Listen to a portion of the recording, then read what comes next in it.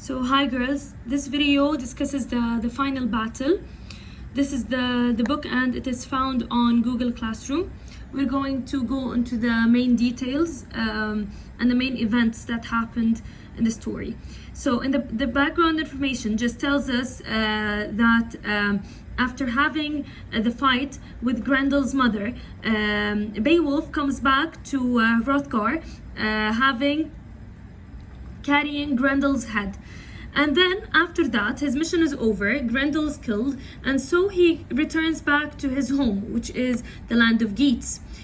After so many years, he becomes a king, and after 50 winters, which means after 50 years, Beowulf becomes an old man. He faces his final task. His final task is to have a new battle, but this time it's gonna be with a dragon. This dragon is angry because a thief has stolen from him a jeweled cup, and that's why this dragon has been destroying the Geats land. And as a king, he has to save his people and his land. That's why Beowulf selects 11 warriors, and they go together to the dragon's cave in order to battle him there. So the one who takes them to the dragon's lair is the thief himself, because he knows where the dragon lies, and so on. And now we're going to start with the main events that happened after that. Then he addressed each dear companion one final time, those fighters in their helmets, resolute and highborn. So now we're saying that Beowulf is addressing, or he's talking to, the 11 warriors who came with him. I would rather not use a weapon if I knew another way. From here we know that he is going to use a weapon to grapple with a dragon and make good my boost, as I did against Grendel in days gone by. So he says that I wish that I can do the same, if I can just fight the dragon without weapons, just like I did when I fought Grendel. But I shall be meeting molten venom in the fire he breathes, so I go forth in mail, shirt and shield. So he says, however, this time it is a dragon who breathes fire that I'm fighting, so I can't just go there without weapons. So I have to go wearing a mail shirt and a shield. And we said a mail shirt is a metallic shirt that is worn to protect the warrior. I won't shift a foot when I meet the cave guard. I won't go away. I'll be courageous. What occurs on the walls between the two of us will turn out as fate. Overseer of men decides. I'm resolved. I scorn further words against the sky-born foe. So what he says is that the result of this battle is up to God. It's up to fate. Men at arms remain here on the barrow, safe in your armor, to see which one of us we're going to complete. Men at arms, it means here the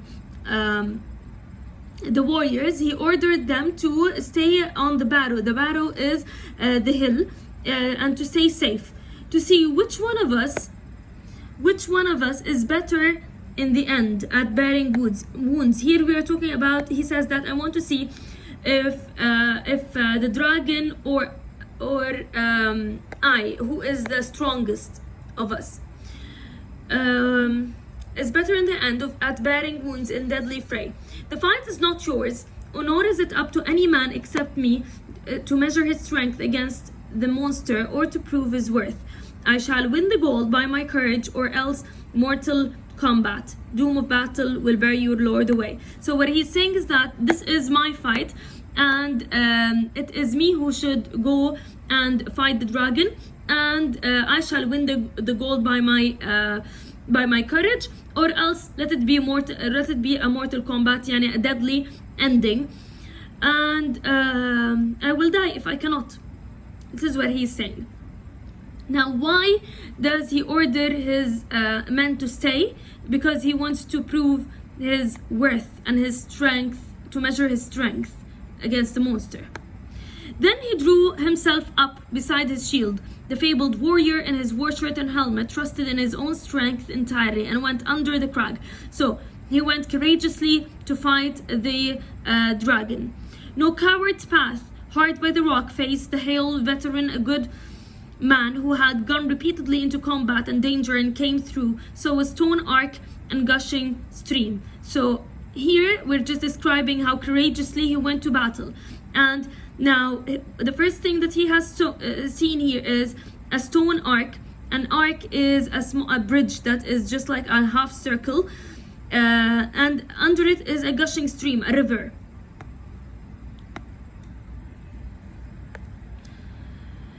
That burst from the barrow, blazing and wafting a deadly heat. It would be hard to survive unscattered near the horde, to hold firm against the dragon in the flaming depth that he gave a shout. So here, the first thing that he has thought is that if I'm going to enter, and if I'm going to have this battle done inside the cave, I'm going to be burned by the flames. That's why he gave a shout.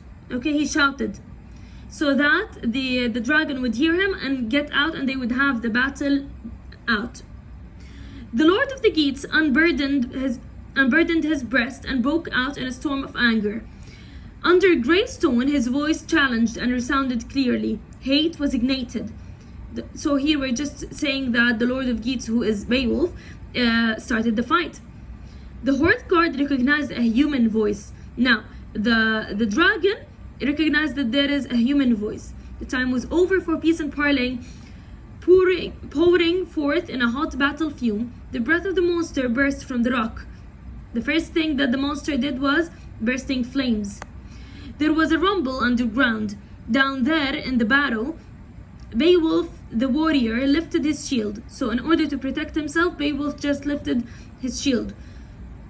The outlandish thing writhed and convulsed and vehemently turned on the king, whose keen-edged sword and heirloom inherited by ancient right was already in his arm.